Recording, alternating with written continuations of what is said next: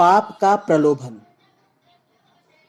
एक ब्राह्मण देवता दरिद्रता के कारण बहुत दुखी होकर राजा के यहाँ धन याचना करने के लिए चल दिए। कई दिन की यात्रा पार करके वे राजधानी पहुंचे और राजमहल में प्रवेश करने की चेष्टा करने लगे। उस नगर का राजा बहुत चतुर था। वह दृढ़ निश्चयी और सच्चे ब्राह्मणों को ही दान दिया करता था। सुपात्र कुपात्र की परीक्षा के लिए राजमहल के चारों दरवाजों पर उसने समुचित व्यवस्था कर रखी थी। ब्राह्मण देवता ने महल के पहले दरवाजे में प्रवेश किया ही था कि एक वेश्या निकलकर सामने आई। उसने राजमहल में प्रवेश करने का कारण ब्राह्मण से पूछा। देवता जी ने उत्तर दिया, धन याचना के लिए राजा के पास जाना चाहते हैं। वेश्या ने कहा, इस दरवाजे से आप तब अंदर जा सकते हैं जब मुझसे रमण कर लें, अन्यथा दूसरे दरवाजे से जाइए। ब्राह्मण को वेश्या की शर्त स्वीकार न हुई। अधर्माचरण करने की अपेक्षा दूसरे द्वार से जाना उन्हें पसंद आया। यहां से वे लौट आए और दूसरे दरवाजे पर जाकर प्रवेश करने लगे। दो ही कदम भीतर पड़े होंगे कि एक प्रहरी सामने आया। उसने कहा, इस दरवाजे से घुसने वालों को पहले मांसाहार करना पड़ता है।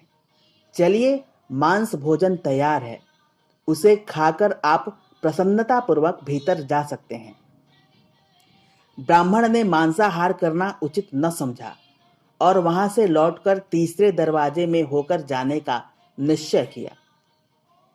तीसरे दरवाजे में जैसे ही वह ब्राह्मण घुसने लगा, वैसे ही मद्य की बोतल और प्याली लेकर पहरेदार सामने आया और कहा, लीजिए, मद्य पीजिए और भीतर जाइए। इस दरवाजे से आने वालों को मद्यपान करना ही पड़ता है। ब्राह्मण ने मद्यपान नहीं किया और उल्टे पांव चौथे दरवाजे की ओर चल दिया। चौथे दरवाजे पर पहुंचकर ब्राह्मण ने देखा कि वहां जुआ हो रहा है। जो लोग जुआ खेलते हैं वे ही भीतर घुस पाते हैं। जुआ खेलना भी धर्म विरुद्ध है। ब्राह्मण बड़े सोच विचार में पड़ा। अब किस तरह भीतर प्रवेश हो? चारों दरवाजों पर धर्म विरोधी शर्तें हैं। पैसे की मुझे बहुत जरूरत है। एक ओर धर्म, दूसरी ओर धन, दोनों का घमासान युद्ध उसके मस्तिष्क में होने लगा। ब्राह्मण जरा सा फिसला।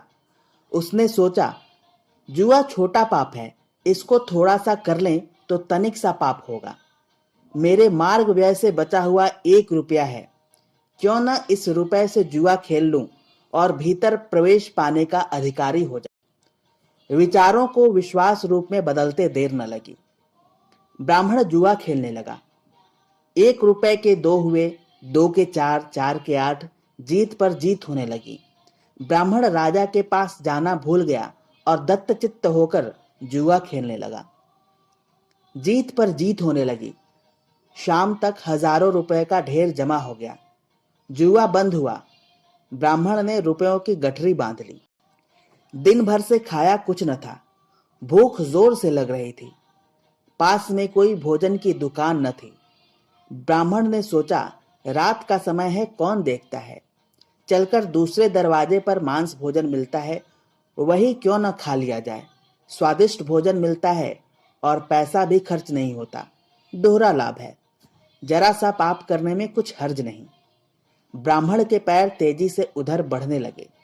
भोजन तैयार था। मांस मिश्रित स्वादिष्ट भोजन को खाकर देवता जी संतुष्ट हो गए। अस्वाभाविक भोजन को पचाने के लिए अस्वाभाविक पाचक पदार्थों की जरूरत पड़ती है। गरिष्ठ, तामसी, विकृत भोजन करने वाले अक्सर पान, बीड़ी, चूरन, चटनी की शरण लिया करते हैं। देवता जी के पेट में जाकर मांस अपना कर्तव्य दिखाने लगा। अब उन्हें मद्यपान की आवश्यकता प्रतीत हुई। आगे के दरवाजे की ओर चले और मद्य की कई प्यालियां चढ़ाई। धन का, मांस का, मद्य का तिहरा नशा उन पर चढ़ रहा था। कांचन के बाद कूच का, सुरा के बाद सुंदरी का ध्यान आना स्वाभाविक है। देवता जी पहले दरवाजे पर पहुंचे और वेश्या के यहाँ जा विराजे। वेश्या ने उन्हें संतुष्ट किया और पुरस्कार स्वरूप जुए में जीता हुआ सारा धन ले लिया। एक पूरा दिन चारों द्वारों पर व्यतीत करके दूसरे दिन प्रातःकाल ब्राह्मण महोदय उठे। वेश्या ने उन्हें घृणा के साथ देखा और शीघ्र घर से निकाल देने के लिए अपने नौकरों को आदेश दिया।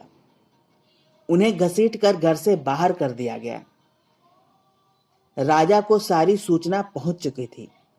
आज वे फिर चारों दरवाजे पर गए और शर्तें पूरी करने के लिए कहने लगे, पर किसी ने उन्हें भीतर न घुसने दिया।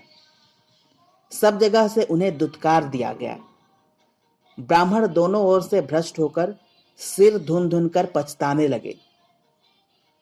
हम लोग उपरोक्त ब्राह्मण के पतन की निंदा करेंगे, क्योंकि वह जरा सा पाप करने में विशेष हानि न समझने की भूल कर बैठा था।